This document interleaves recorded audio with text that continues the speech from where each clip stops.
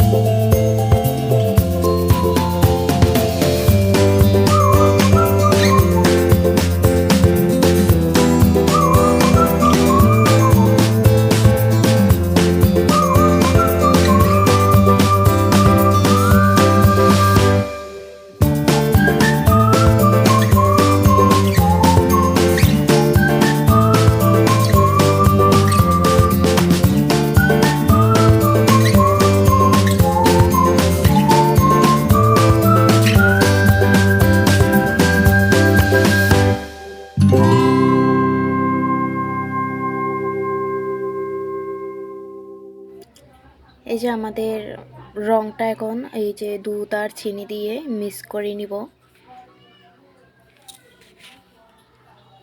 তারপর শুধু দেখতে থাকুন যে কি সুন্দর একটা কালার আসে। যেমন সুন্দর কালার হয়েছে তেমন কিন্তু স্বাদও হয়েছে। আপনারাই দেখুন কি সুন্দর একটা কালার হয়েছে।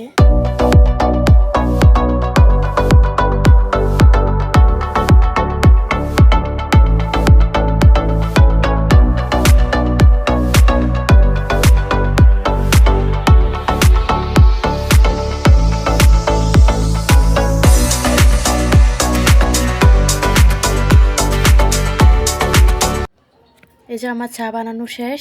এখন পাউরুটি, বিস্কিট আর নিমকি দিয়ে জাস্ট জমে যাবে চাটা।